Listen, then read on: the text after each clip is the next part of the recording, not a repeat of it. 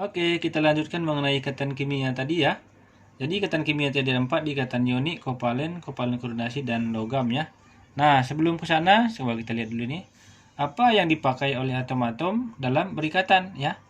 Jawabannya yang dipakai atom-atom dalam berikatan dengan atom yang lain adalah elektron gitu ya. Elektron yang dipakainya ya. Elektron yang mana? Elektronnya kan ada yang di kulit 1, kulit 2 dan seterusnya ya. Elektron yang dipakai itu adalah elektron yang ada di kulit terluar ataupun elektron valensi masing-masing unsur gitu ya. Nah, jadi untuk apa dia berikatan tadi? Jawabannya sudah tahu tadi ya, supaya atomnya itu adalah supaya stabil ya. Nah, kita contohkan yang pertama ya. Satu tadi ikatan ionik ya. Ikatan ionik itu ada dua dia. Salah satu atom melepaskan elektronnya ke atom lain ya. Yang kedua, salah satu atom bersifat logam dan atom lain bersifat non logam gitu ya. Jadi ikatan ionik ini terjadi antara atom logam dan non logam ya. Yang mana yang melepaskan ya? Yang logam itu melepaskan elektronnya ke yang bukan logam gitu ya. Contohnya kita lihat di sini ya. Kalau ditanya ini NaCl ya. NaCl ini kan gabungan antara natrium dengan klorin ya. Jadi natrium ini adalah logam. Logam. Cl ini adalah non logam gitu ya. Makanya kalau ditanya ikatan apa yang terjadi di dalam NaCl, jawabannya adalah ikatan ionik ya. Ikatan ionik. Kenapa? Satu logam, satu non logam. Apa yang terjadi di sini? Natrium ini melepaskan elektronnya ke Cl ya. Itu yang terjadi di sini. Natrium melepaskan elektronnya ke Cl. Nah, ini gambarnya kita lihat ya. Natrium nomor atomnya 11, Cl nomor atomnya 17. Ya, natrium itu berarti kan 281 konfigurasi elektronnya ya. Kalau Cl 287 ya. Na elektron valensinya 1, Cl elektron valensinya 7. Nah, ini kelihatan Na golongan 1 supaya stabil dia akan melepaskan satu elektronnya ke Cl. Nah, sini. Sehingga nanti di sini dia berubah menjadi Na+. Na+, kenapa Na+? Karena melepaskan satu elektronnya ke Cl ya.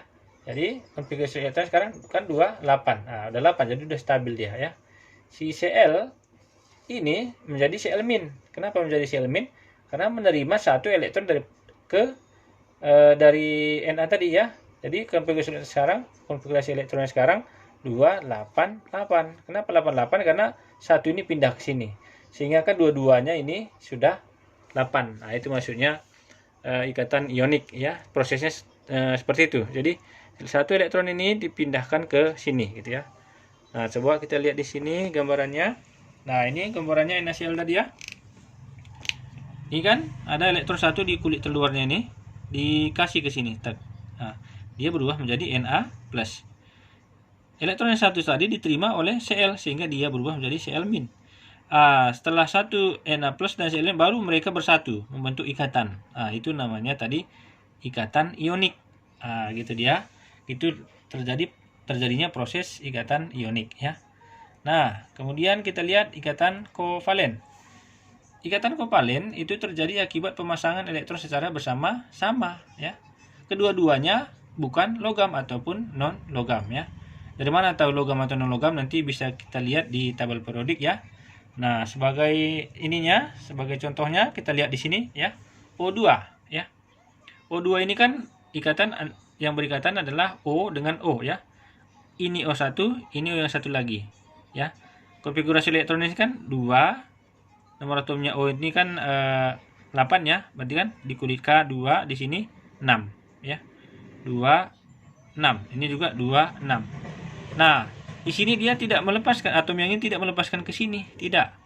Cuma dia elektron itu dipakai secara bersama-sama ya. Jadi seperti ini dia nih. Nah, 2 dari sini, 2 dari sini sehingga dia menyatu. Nah, menjadi O2. Di sinilah terbentuk ikatan kovalen karena terjadi patungan ya, patungan elektron ini. Jadi O ini tidak melepas ke sini, ini juga tidak melepas ke sini, tapi dia elektron tadi dibuat patungan. Sekarang kita lihat ya. Dua-duanya sudah 8 elektronnya nih. 1 2, kalau ini 1 2 3 4 5 6 7 8. yang dipasangkan ini dihitung milik bersama gitu ya. Sehingga yang coba kita lihat di sebelah sini 1, 2, 3, 4, 5, 6, 7, 8. Jadi sama-sama 8. Ya, begitu. Jadi itulah dia proses terbentuknya ikatan kovalen ya. Contohnya lagi misalnya kita lihat